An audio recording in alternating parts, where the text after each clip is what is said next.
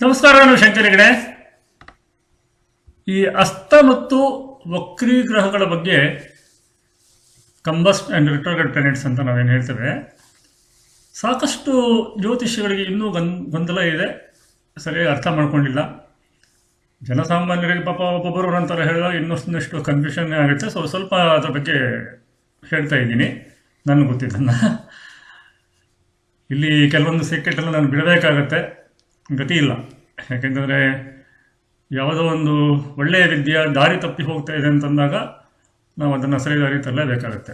ನೋಡಿ, ನಿನ್ನೆ ಅಷ್ಟೇ ನಾನು ನೋಡಿದ ಜಾತಕ. ಈ ಜಾತಕದಲ್ಲಿ ಒಂದು ಗೋಲ್ಡ್ ಸ್ಮಿತ್, ಇಲ್ಲಿ ಕುಜ ಅಸ್ತ ಕಂಬಸ್ಟ್ ನೋಡಿ, ನೋಡ್ಬೋದು ನೀವು. ಬಟ್ ಇವರು ನಿನ್ನೆ ಕೂತ ತಕ್ಷಣ ನಾನು ಹೇಳಿದ್ದು, ಸ್ವಲ್ಪ ಕೈನೂ ನೋಡಿದೆ, ನಿಮ್ಮದು ಒಂದು ಸ್ವಂತ ಅಂಗಡಿ ಇದೆ ಮತ್ತು 2 ಆಸ್ತಿ ಇದೆ ಅಲ್ವಾ ಅಂತ ಕೇಳಿದೆ. ಹೌದು ಅಂತಂದರು. ಹೌದಾ? ವಿದ್ಯಾಭ್ಯಾಸ ಕಟ್ಟಾಗಿದೆಯಾ ಕೇಳಿದೆ. ಹೌದು ಅಂದರು. ಈ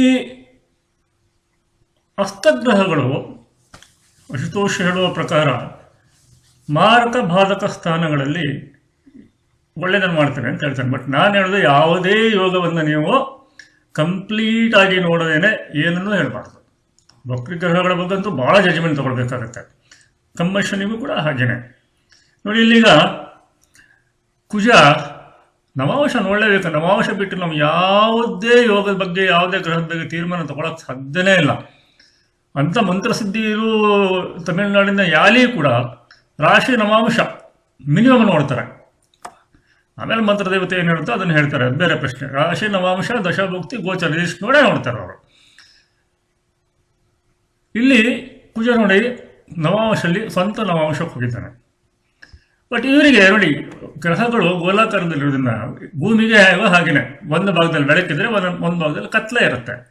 ಇದನ್ನು ಫಸ್ಟ್ ಅರ್ಥ ಮಾಡ್ಕೊಳ್ಬೇಕು. ಇಲ್ಲಿ ಕುಜ ನೋಡಿ ಸಪ್ತಾಂಶದಲ್ಲಿ 6ನೇ ಮನೆ ಲಗ್ನಾಧಿಪತಿಯಾಗಿ 7ನೇ ಮನೆ ಹೋಗಿ ಶನಿ ದೃಷ್ಟಿ ಪಡ್ಕೊಂಡಿದ್ದಾನೆ. ಇಲ್ಲಿ ತೊಂದರೆ ಆಗಿದೆ ಅವರಿಗೆ. ಈಗ ಮಕ್ಕಳ ಬಗ್ಗೆ ತಲೆನೋವಿದೆ, ವ್ಯಾಪಾರ ಭಾಳ ಚೆನ್ನಾಗಿ ಹೋಗಿದೆ, ಆಸ್ತಿ ಮಾಡಿದ್ದಾರೆ. ಚತುರ್ಥಾಂಶದಲ್ಲಿ ಕುಜ ಹೇಗಿದ್ದಾನೆ ನೋಡಿ, ಕೇಂದ್ರದಲ್ಲಿ ಗೊತ್ತಾಯ್ತಾ, ಶನಿ ದೃಷ್ಟಿನೂ ಪಡ್ಕೊಂಡಿದ್ದಾನೆ. ಬಟ್ ಶನಿ ಇಲ್ಲಿ 8, 9ನೇ ಮನೆ ಅಧಿಪತಿನೂ ಹೌದು.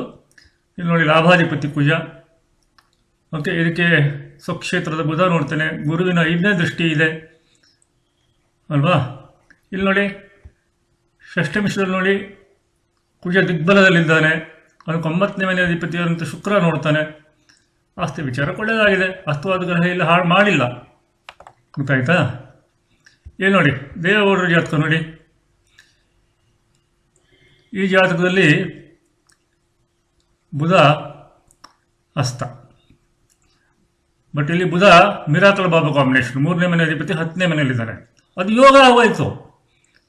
ಇವರು ಪ್ರಧಾನಿ ಆಗಿದ್ದು ಯಾವಾಗ ನೋಡಿ, ಈ ಟೈಮಲ್ಲಿ ಪ್ರಧಾನಿ ಆಗಿದ್ದು 3ನೇ ಲೆವೆಲ್ಲು.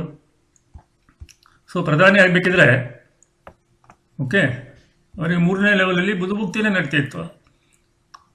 ಸಿಂಹಾಸನ ಸ್ಥಾನ 4ನೇ ಮನೆ, ಅದಕ್ಕೆ ಬುಧ ನೋಡಿದ್ದಾನೆ, ಅಸ್ತ ಬುಧ.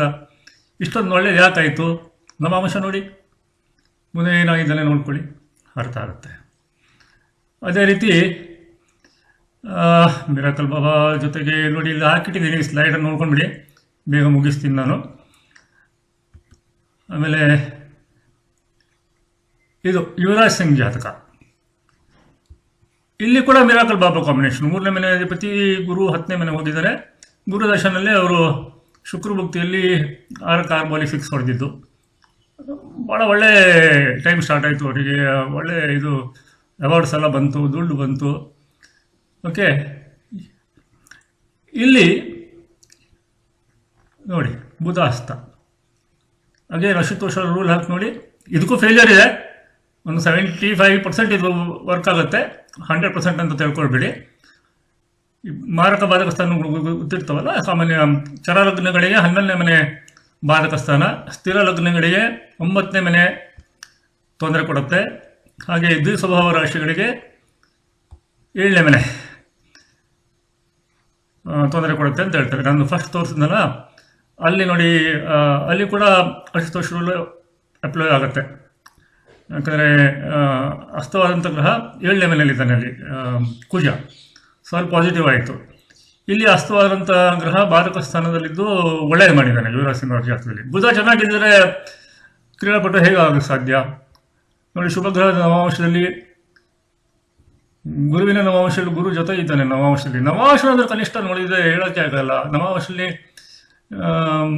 ಇಲ್ಲಿ ನವಾಂಶದಲ್ಲಿ ಶುಕ್ರನ ಸಂಗಡ ಇದ್ದಾನೆ ಬುಧ. ಸೊ ಬುಧ ಒಳ್ಳೆಯದೇ ಮಾಡ್ದ, ಹೌದಾ. ಬುಧ ಚೆನ್ನಾಗಿದ್ದರೆ ಕ್ರಿಕೆಟ್ ಅಂತ ಸ್ಪೋರ್ಟ್ಸಲ್ಲಿ ಮೇಲೆ ಬರೋಕ್ಕಾಗಲ್ಲ. ಭುಜ ಮತ್ತು ಬುಧ ಇಬ್ಬರೂ ಚೆನ್ನಾಗಿರಬೇಕು. ಹಾಗಾಗಿ ಇವನ್ನೆಲ್ಲ ನಾವು ದಶಾಭುಕ್ತಿ ಇಲ್ಲದೇ ಹೇಳೋದು ಅಲ್ವೇ ಅಲ್ಲ. ಇನ್ನು ವಕ್ರಗ್ರಹಗಳ ಬಗ್ಗೆ ಹೇಳೋದಿದ್ರೆ ನಾವು ಬೆಸ್ಟ್ ಅಂತಂದರೆ ಇದು ಪಿ ವಿ ನರಸಿಂಹರಾವ್ ಜಾತಕ. ಇಲ್ಲಿ ನೋಡಿ, ಬುಧ ವಕ್ರ ಮತ್ತೆ ಮಿರಾಕಲ್ ಬಾಬಾ ಕಾಂಬಿನೇಷನ್ ಇದೆ ಅಲ್ಲಿ. 3ನೇ ಮನೆ ಅಧಿಪತಿ ಹತ್ತಿರಲ್ಲಿದ್ದಾನೆ ಕುಜ. ಓಕೆ, ಬಟ್ ಇಲ್ಲಿ ಭದ್ರಯೋಗದ ಬುಧ ವಕ್ರವಾಗಿ ಶುಭ ಫಲವನ್ನೇ ಕೊಟ್ಟಿದ್ದಾನೆ. ಯಾಕೆಂದರೆ ನವಾಂಶದಲ್ಲಿ 11ನೇ ಮನೆಯಲ್ಲಿದ್ದು ವರ್ಗೋತ್ತಮನಾಗಿದ್ದಾನೆ, ಹೌದಾ. ನೋಡಿ, ಇವರು ಮುಖ್ಯಮಂತ್ರಿ ಆಗಿದ್ದರು. ಇದರಲ್ಲಿ ಚಂದ್ರದಶ ಬುಧಭುಕ್ತಿಯಲ್ಲಿ ರಾಜೀವ್ ಗಾಂಧಿ ಅವರ ಕ್ಯಾಬಿನೆಟ್ಟಲ್ಲಿ ದೊಡ್ಡ ಮಿನಿಸ್ಟರ್ ಆಗಿದ್ದರು. ಕುಜದಶ ಬುಧಭುಕ್ತಿಯಲ್ಲಿ ಪ್ರೈಮ್ ಮಿನಿಸ್ಟರ್ ಆಗಿ ಒಳ್ಳೆಯ ಹೆಸರು ತಗೊಂಡ್ರು. ವಕ್ರಗ್ರಹ ಹಾಳು ಮಾಡ್ತಾ ಈಗ ಒಳ್ಳೇದು ಮಾಡ್ತಾ. ಅದಕ್ಕೆ ಯಾವುದೇ ರಾಜ್ಯಗಳನ್ನೇ ಇಲ್ಲಿ ಕುಜನು ಮಿರಾಕಲ್ ಬಾಬಾ ಕಾಂಬಿನೇಷನ್ 3ನೇ ಮನೆ ಅಧಿಪತಿ ಹತ್ತರಲ್ಲಿ. ಯಾವುದೇ ಕಾಂಬಿನೇಷನನ್ನು ನಾವು ಗ್ರಹಣಾಂ ಅಂಶಕ್ಕೋತ್ತಮಂ, ವರ್ಗ ಕುಂಡಲಿಗಳಿಗೆ ವಿಶೇಷವಾಗಿ ನವಾಂಶ ಷಷ್ಠ್ಯಾಂಶ ನೋಡಿದ್ರೆ ತಗೊಳ್ಳಿಕ್ಕೆ ಸಾಧ್ಯ ಇಲ್ಲ. ಷಷ್ಠ್ಯಾಂಶದಲ್ಲಿ ನೋಡಿ ಬುಧ ಬ್ಯೂಟಿಫುಲ್ ಆಗಿ 9ನೇ ಮನೆ ಅಧಿಪತಿ 4ನೇ ಮನೆಯಲ್ಲಿ. ವಕ್ರಗ್ರಹ ಏನು ಮಾಡ್ತಿಲ್ಲಿ, ಒಳ್ಳೆಯದ ಮಾಡ್ತಲ್ಲ. ಈ ನಿಯಮಗಳನ್ನು ತಿಳ್ಕೊಂಡು ನಾವು ಜನರಿಗೆ ತಲುಪಿಸಬೇಕೇ ಬಿಟ್ಟರೆ ರಾಶಿ ಕುಂಡಲಿನೇ ಏನೋ ಒಂದು ಹೇಳಿಬಿಡ್ತೀನಿ ಅದು ಸರಿ ಆಗುತ್ತೆ ಅಂತ ಹೇಳ್ಕೊಡು ತಪ್ಪು. ಇಲ್ಲಿ ನೋಡಿ, ಇವನ್ ಅಶುತೋಷ ಹೇಳುವಂಥ ಬುಧಾದಿತ್ಯ ಯೋಗ ಯಾವಲ್ಲಿರ್ತಾ ಮನೆ ತೊಂದರೆ ಆಗುತ್ತೆ ಹೇಳೋದು ತಪ್ಪು ಹೋಗಿದೆ ಇಲ್ಲಿ. ಯಾಕಂದರೆ ನಾವು ಅಂಶ ನೋಡಿ, ಅಂಶ ಕುಂಡಲಿ ನೋಡಿ. ಇದು ಜ್ಯೋತಿಷದ ಬ್ಯೂಟಿ, ಅರ್ಥ ಮಾಡ್ಕೊಳ್ಳಿ. ಮುಂದಿನ ಸಂಚಿಕೆಯಲ್ಲಿ ಮತ್ತೆ ಸಿಗ್ತಾರೆ. ನಮಸ್ಕಾರ. ಸ್ಟಾಕ್ ಮಾರ್ಕೆಟ್ ಸೀರೀಸ್ ಎಲ್ಲ ಮುಂದುವರಿಸ್ತೀನಿ, ಕಾಯ್ತಾ ಇರಿ.